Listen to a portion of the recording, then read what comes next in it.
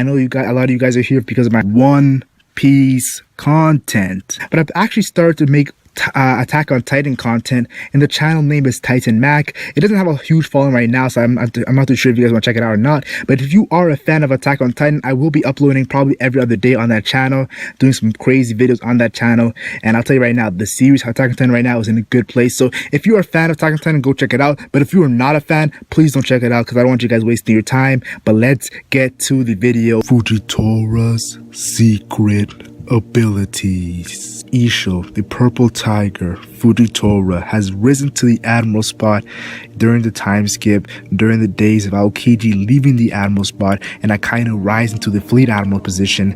Two positions were open, and Aokiji as well as Green Bull both took those positions through the military draft and are both very powerful characters. But in the Dressrosa arc, a lot of people were confused. How powerful is Fujitora? Why is he not going all out? Well, there's definitely true powers and true abilities that he's hiding from the viewers. Yes, I said the viewers. He's hiding it, and they will be revealed soon, and not far away. I think, believe, very, very soon. I definitely expect Fujitora's true extent to his abilities. We're going to see closer and closer. Now, one of the first moments in which we see Fujitora actually go put some action, put some work in, is the actual moment where he's fighting Law and Doflamingo, the three-way battle we saw at the beginning of Dressrosa.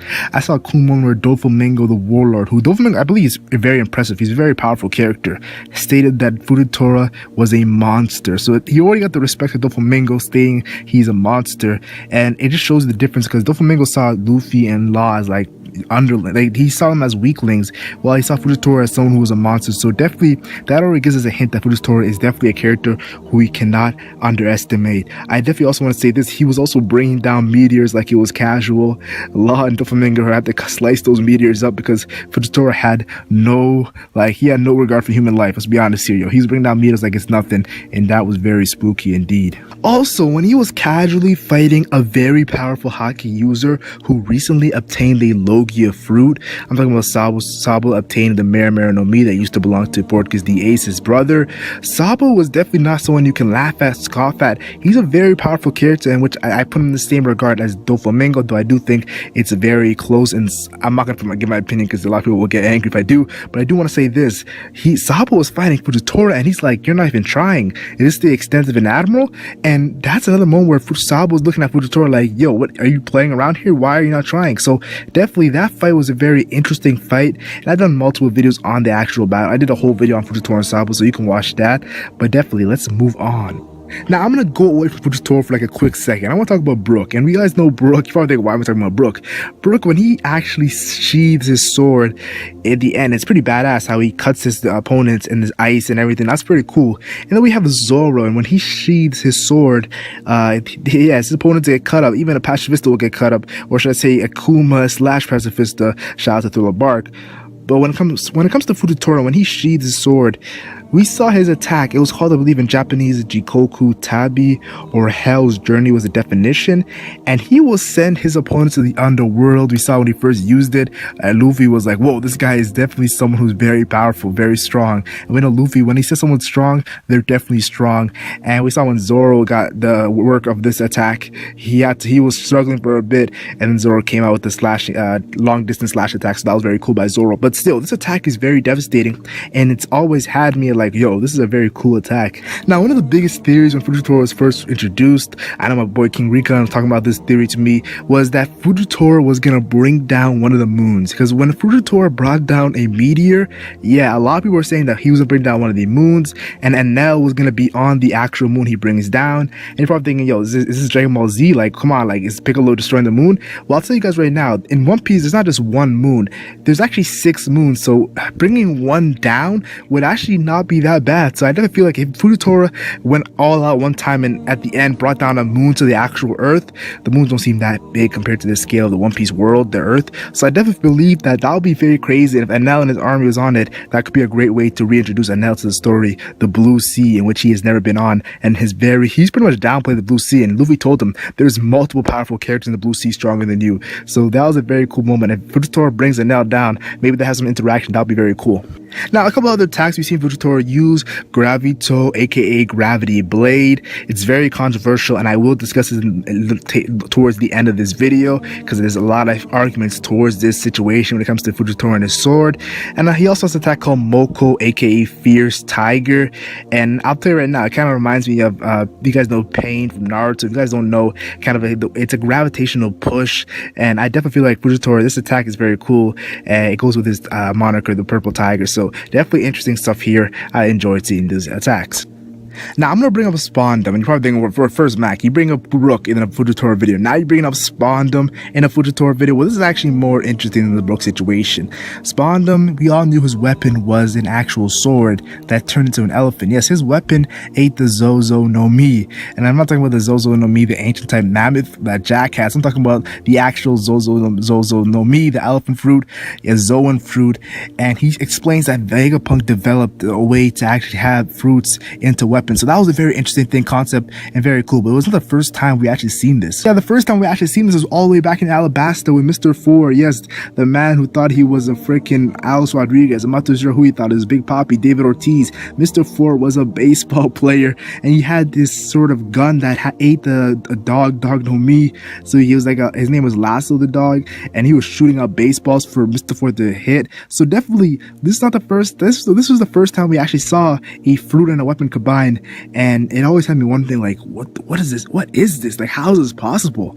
And now the controversial that I brought up with Gravity Blade attack, Fujitora. A lot of people have been asking me, and I gotta say, yo, I know one of my dudes in the competition, Miguel, was saying this, but I do want to say this: Fujitora and his fruit.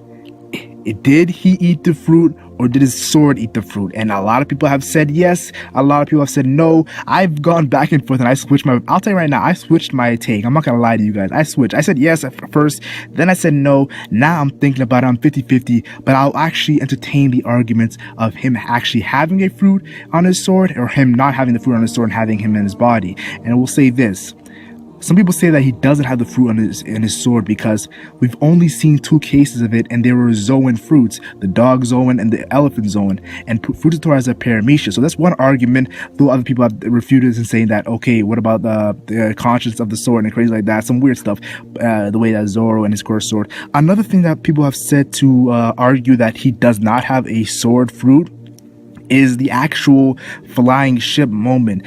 Fujitora is seen summoning meteors, and then he's hovering in a flying ship, and then he's eating ramen noodles. People say, where's the sword? Well, I definitely believe that if he actually summoned the meteors, which we didn't see, and was flying with the ship, if we didn't see that too, he probably could have did these actions and then put a sword down and just was standing hovering there. So that would be kind of cool.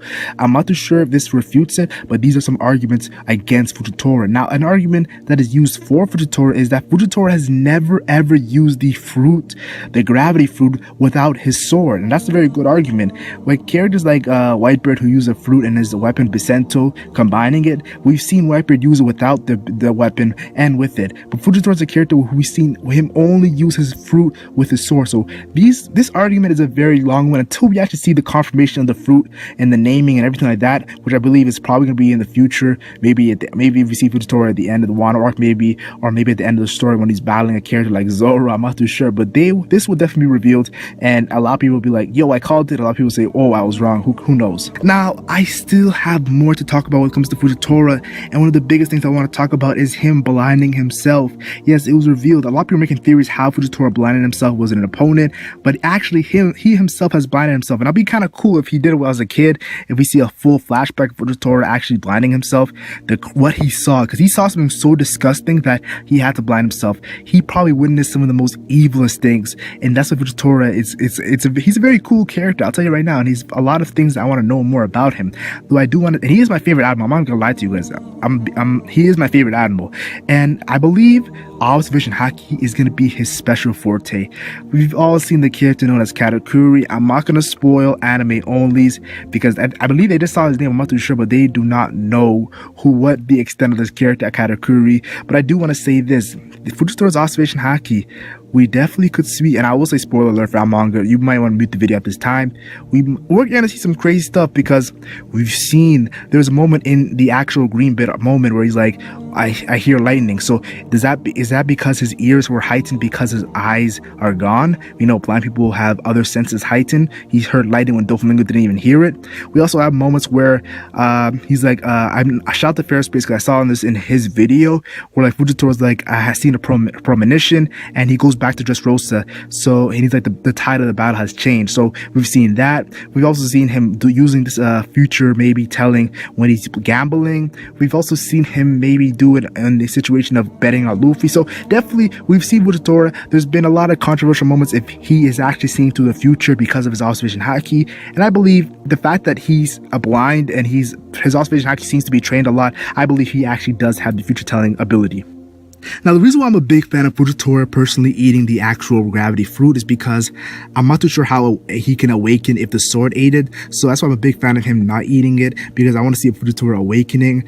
And I'll tell you guys right now, we've already seen crazy stuff from Fujitora, but imagine the way Doflamingo explained awakening. What if that's the awakening for a Paramecian? We see Fujitora actually change the gravity of an entire island. Kind of reminds you of Dragon Ball Z when it comes to Goku going to King Kai's island and how the gravity changes, or the gravity chamber that Vegeta trains in, that Goku trained in on his way to Namek. So I definitely believe that if he changed the gravity towards a whole island against an opponent, that would be crazy, because you have to be very powerful just to be standing up.